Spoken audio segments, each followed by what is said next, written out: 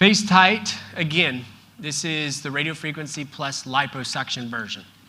Not everyone in the room, actually very few in the room are interested in the liposuction. That's why I'm breezing through this. We're going to spend the majority of the time talking about quantum. Again, 12 o'clock, meet me over here. We'll unpack BodyTite in more detail in FaceTite. But FaceTite is the other one that I do in conjunction with liposuction of the jawline.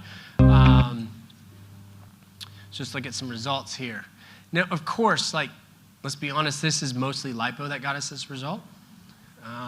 But as a surgeon, considering this case, there's no way I'm just lipoing this without FaceTite, because before FaceTite, I'd be looking at this thinking, I am going to create the most devolumized, saggy, loose turkey waddler skin you've ever seen in your life. Just a sack of skin hanging down, right?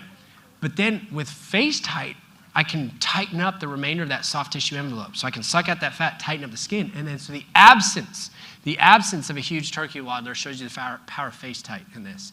So of course, the result here is majority liposuction on this volume, but the power of the picture is the absence of a huge devolumized sack of skin. You know what I mean?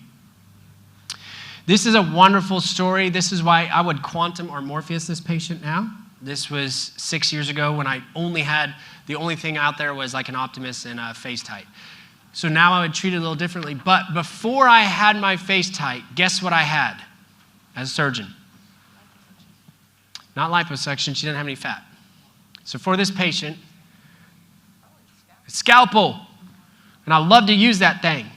But I'm looking at her thinking that is a big maneuver for a little gain. And I hate big expensive things to move the needle a little bit. So I try to butter my patients up.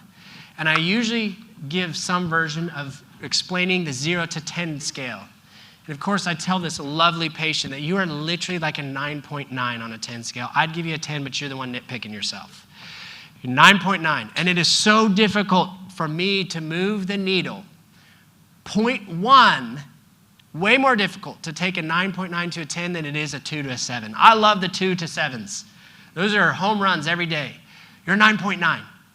And then so I follow that statement up because really she's wanting a facelift. I'm looking at her like, you don't need one yet. You got some skin texture. I don't have a Morpheus. I got nothing but a scalpel at this point. So I'm looking at her thinking, it's surgery or nothing is our two options. So I'm going to go with nothing.